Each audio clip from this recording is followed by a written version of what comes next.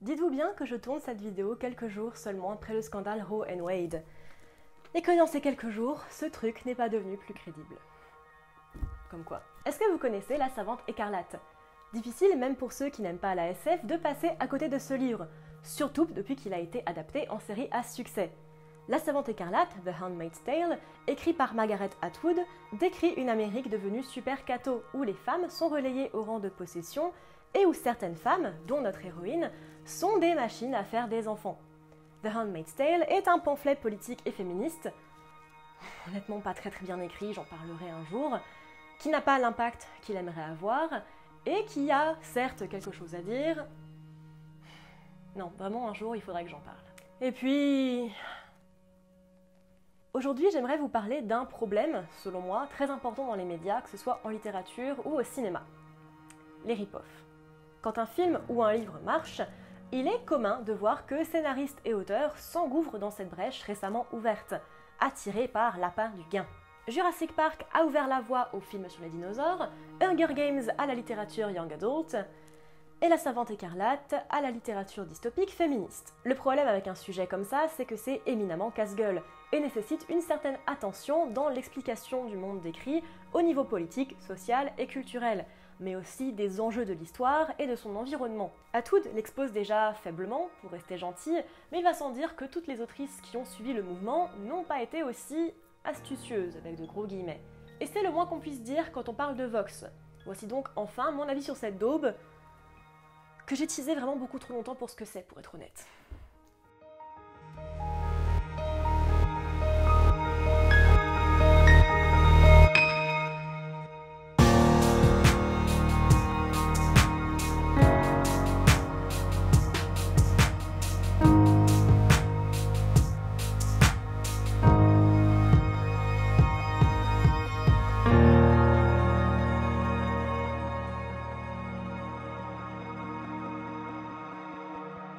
Bonjour à tous, je suis Noémie, bienvenue sur Horizon Universe. Aujourd'hui dans ces pages, je vais enfin vous parler d'un livre que j'ai mentionné de nombreuses fois, Vox. Et vous allez voir au final, c'est vraiment pour pas grand chose.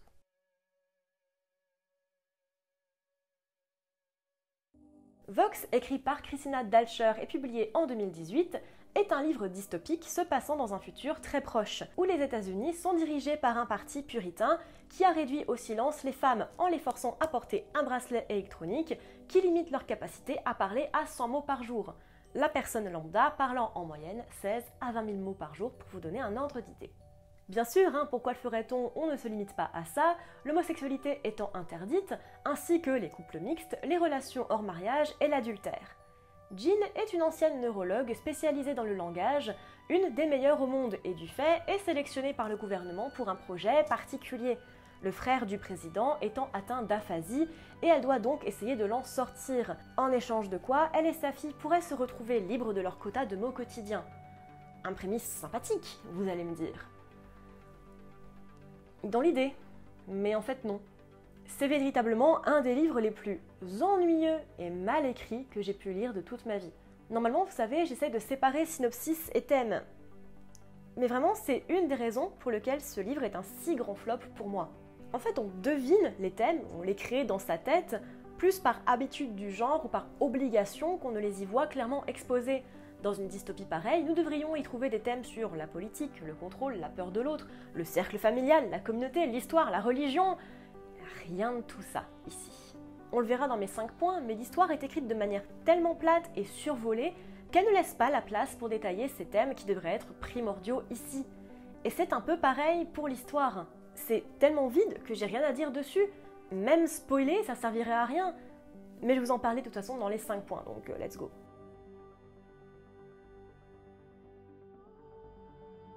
Un monde mal exposé. Et c'est vraiment le plus gros souci de ce livre pour moi. Je l'ai dit et redit et re-redit et je vais continuer à le dire, dans une dystopie, le world building est l'aspect le plus important. En arrivant dans l'histoire, on a besoin de connaître le contexte et le monde politique de l'œuvre et son environnement. Et on n'a rien de tout ça ici. On a l'impression que le parti religieux a pris le pouvoir et du jour au lendemain réduit la moitié de la population au rang d'animal sans aucune résistance. Je l'ai dit et répété encore une fois, mais pour qu'une dystopie marche, pour que la mise en abîme et le coup de flip fonctionnent, il faut qu'elle soit crédible. Bordel, regardez ce qui se passe aujourd'hui, et ça ne marche toujours pas. Ce livre ne l'est tout simplement pas. On peut débattre, bien sûr, de la montée du puritanisme aux États-Unis, et même chez nous. Mais là, ça ne va pas. Paradoxalement, si tout le monde avait un bracelet, ça serait mieux passé. Ou si le livre était situé bien après dans le futur, pas littéralement 15 ans après nous et 3 ans après la prise du pouvoir du parti dans le livre. Une dystopie, ça a besoin de décennies pour fonctionner. Et là, on essaie de nous faire croire que la totalité de la population des États-Unis est devenue ultra-chrétienne en un seul mandat présidentiel et que les femmes et leurs familles se sont laissées mettre en laisse bien gentiment, sans aucune mention de la communauté internationale, de l'ONU, d'Amnesty International, des associations féministes peut-être, des autres pays, rien du tout. Sans compter bien sûr que l'aspect politique et social, avec l'argument que si la moitié de la population est forcée à rentrer chez elle, alors il n'y a plus de chômage. Non, ça ne marche pas comme ça. À quel moment le pays n'est juste pas tombé complètement dans le chaos ? Qui croit à ça, mis à part les incels ? Désolé, hein. Mais non, l'entièreté du mouvement est portée par un seul homme, le révérend Karl Corbin, qui a réussi à, étrangement, faire voter le dégagement du gouvernement en majorité pour installer le président au pouvoir, comme dans une monarchie absolue en fait. Le manque de build-up sur la construction de la pensée chrétienne extrême unique fait que c'est rushé au possible et pas crédible. Sans compter incroyablement laxiste, mine de rien. Jean peut leur baver ouvertement dessus sans aucun souci, et tout objet pouvant au moins donner la créativité et le pouvoir aux citoyens, comme les livres, les objets électroniques, les stylos et les carnets, sont juste confisqués par les maris pour être enfermés dans un coffre-fort dans les maisons. C'est hyper confiant comme gouvernement religieux dictatorial. Au point même où quand Jean va travailler pour le gouvernement, elle a ouvertement accès à tout ce qu'elle veut, même ce qui est censé lui être interdit, et ce sans aucune supervision masculine. Des personnages unidimensionnels. Une des règles d'or de la dystopie bien écrite, c'est de pouvoir avoir la possibilité de plonger dans la psyché des personnages, de vraiment pouvoir explorer leurs émotions et leurs opinions sur ce monde. C'est par exemple très bien fait dans 1984. Et pour tout ce que j'ai à dire sur les triangles amoureux complètement débiles de ce livre, et l'aspect politique pas crédible, c'est plutôt bien fait dans Hunger Games également. Ici, je pense que vous l'avez deviné, c'est un non. Jean est inintéressante au possible, et les autres personnages ne sont pas mieux. Ils sont plats, n'ont rien à dire au mieux, ou sont des caricatures d'eux-mêmes au pire, notamment le fils adolescent de Jean, qui est certes fait pour montrer l'endoctrinement de la jeunesse, mais c'est si poussé et sans subtilité que, franchement, parfois, c'en est comique.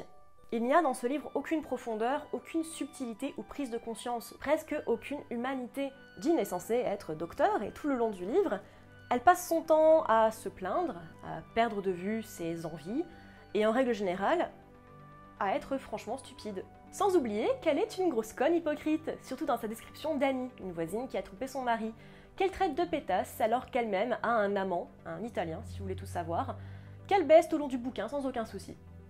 On essaye de lui donner un côté sarcastique, je suppose pour qu'on l'apprécie, je sais pas, mais ça tombe aussi complètement à plat, surtout dans le moment où elle discute avec son fils après le meurtre de sa petite copine, et où elle nous informe qu'il n'y a rien de mieux qu'une discussion sur le suicide avec son fils avant d'aller au lit.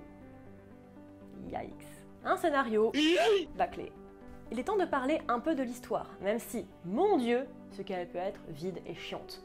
On nous promettait un livre sur la place des femmes dans une société ultra-religieuse, et on finit avec un espèce de thriller banal. Que Jean accepte entre guillemets d'aider, avec de très très gros guillemets, le frère du président, ok, c'est pas comme si elle avait le choix, dans tous les cas, mais qu'elle ait par la suite un pouvoir de négociation, dans ce monde où on envoie les homosexuels en camp de travaux forcés, et où les femmes ne sont même pas considérées comme des êtres humains mais comme des possessions, on lui laisse le choix ?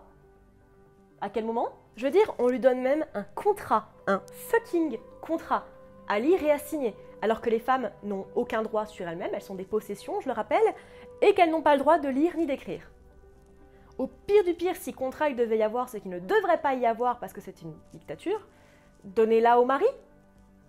On part ensuite dans un espèce de thriller d'espionnage, l'héroïne en profitant pour essayer de changer les choses, avec de très très gros guillemets encore une fois, qui est écrit juste pour que Jean réussisse.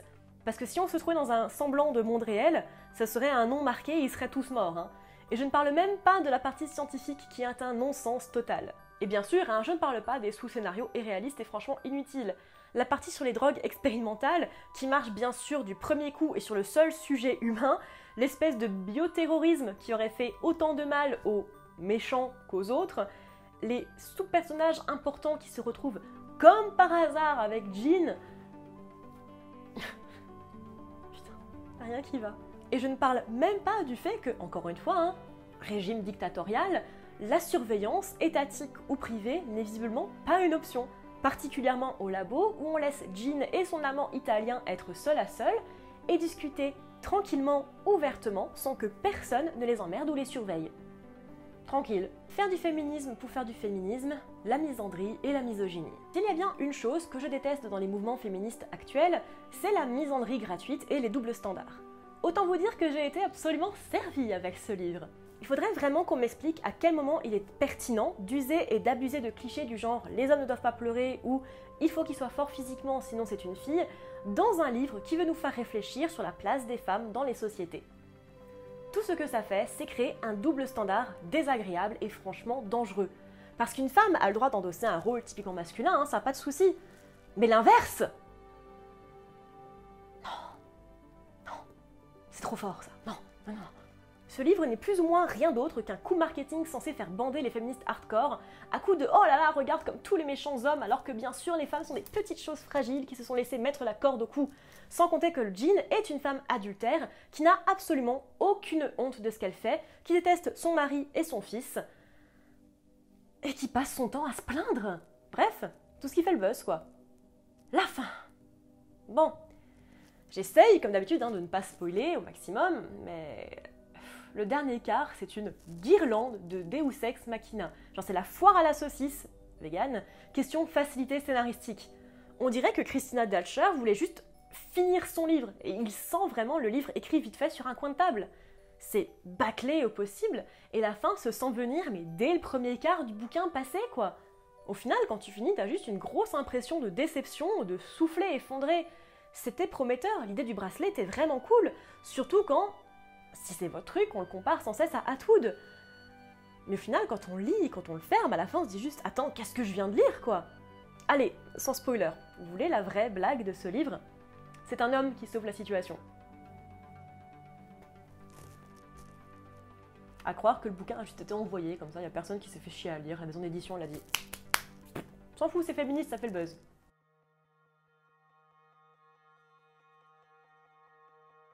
Pourquoi est-ce que je fais cette vidéo? Certes, pas pour vous dire de lire ce truc.